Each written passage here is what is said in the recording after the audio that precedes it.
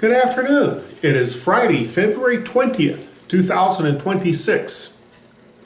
You know, temptations take many forms. Sometimes temptation comes to us as an obvious, blatant physical action. Other times the temptation is more subtle, a temptation of word or thought. Jesus handles temptation in a way that can teach us how we can deal with our own temptations. In Luke chapter 4, verses 5 to 8, and I'm reading from the New Living Translation, second edition, we see the second of his three temptations.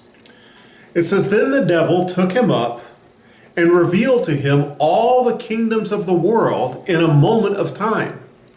I will give you the glory of these kingdoms and authority over them," the devil said, "because they're mine to give to anyone I please.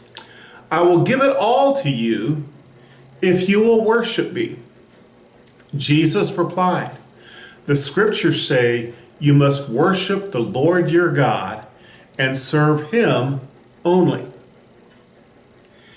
In this temptation, the devil's not tempting Jesus with something physical, like the stones and bread of the first temptation. Here, he's tempting Jesus with desire and ability. He's appealing to his ego and his pride. He will give Jesus something. He will give him glory and authority.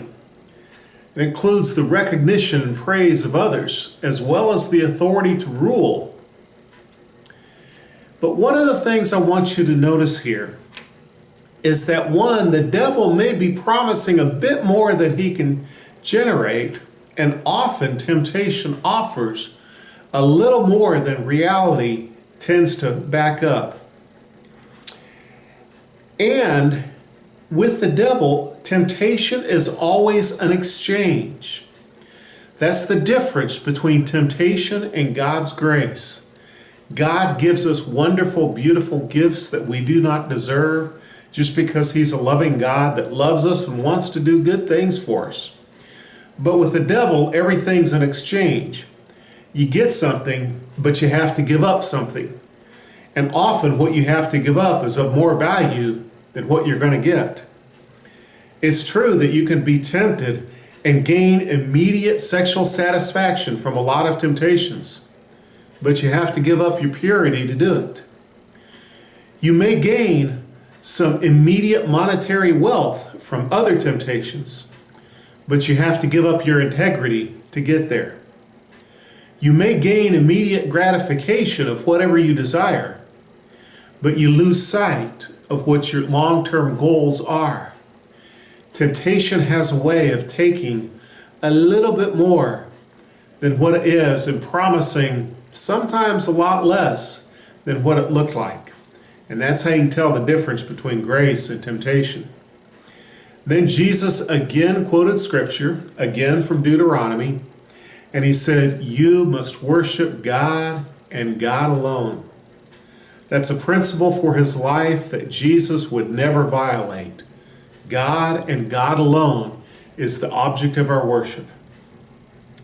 May you and I deal with temptation in a way that brings us integrity and strength.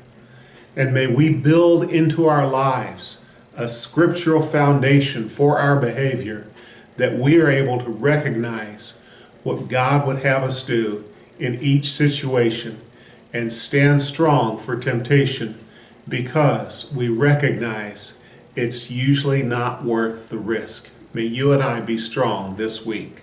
God bless you.